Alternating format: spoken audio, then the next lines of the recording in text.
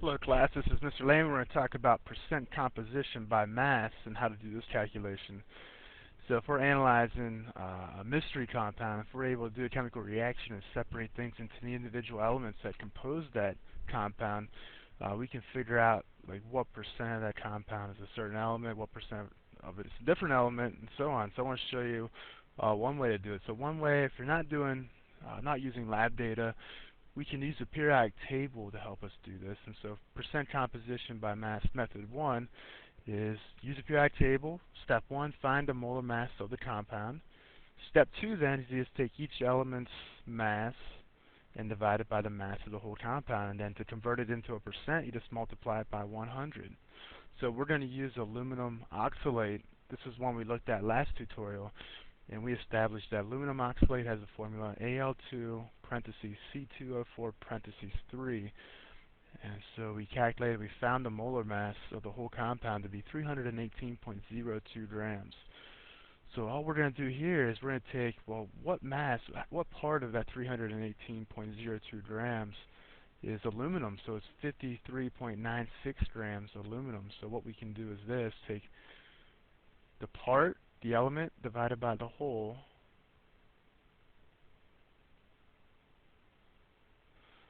So aluminum's mass within divided by the whole compound. I'll save a little bit of time instead of writing out the whole chemical formula.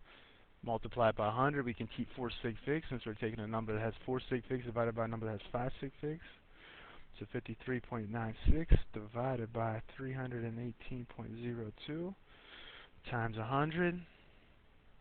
We get 16.97% aluminum. So with that being said, why don't you try carbon and oxygen right now? Pause this tutorial and come back when you're done, and we'll see if you got it right. Alright, let's continue on. Let's do carbon. Carbon, 72.06 grams of carbon divided by the whole compound, which weighs 318.02 grams. Multiply it by 100. Once again, rounding to 4 sig figs.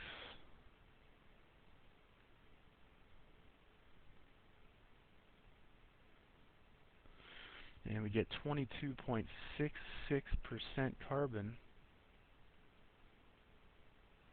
And we know if we add these two up, we should get what approximately oxygen is. It might not be exact, so let's go ahead and calculate that. So the oxygen weighed 192 grams. We'll divide it by the mass of the whole compound. And we'll multiply it by 100. So pause this, see what you get, and then check back with me.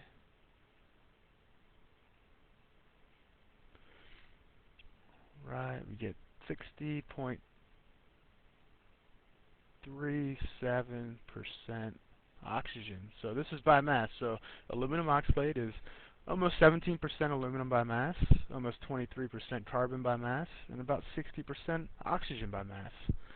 So that's pretty cool. Something else we can do here, method 2, is if you walk into the room and let's say we have a sample, and let's say that the sample weighs 16 grams. If this is a compound, and let's say we take it through a chemical reaction and we decide, or we're able to separate it, and we can figure out that 12 grams of that sample approximately are carbon atoms, and about 4 grams of that sample are hydrogen atoms. But can we figure out the percent composition by mass? And we can. So what we can do is this. We can say, alright, well, if we separate that compound, if 12 grams are carbon, and the whole thing weighed 16 grams, then you don't need to use a periodic table at all. You just say, hey, I had this much carbon in front of me. This is how much the whole thing weighed before I reacted it. So 12 divided by 16 times 100, we're looking at 75% carbon. And then for hydrogen, if you have 4 grams of hydrogen, the whole compound weighed originally 16 grams.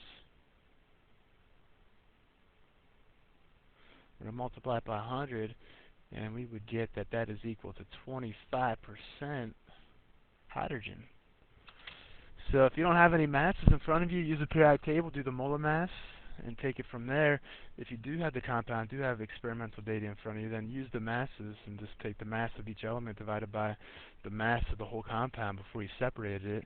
And it's as simple as that. So I hope this helps.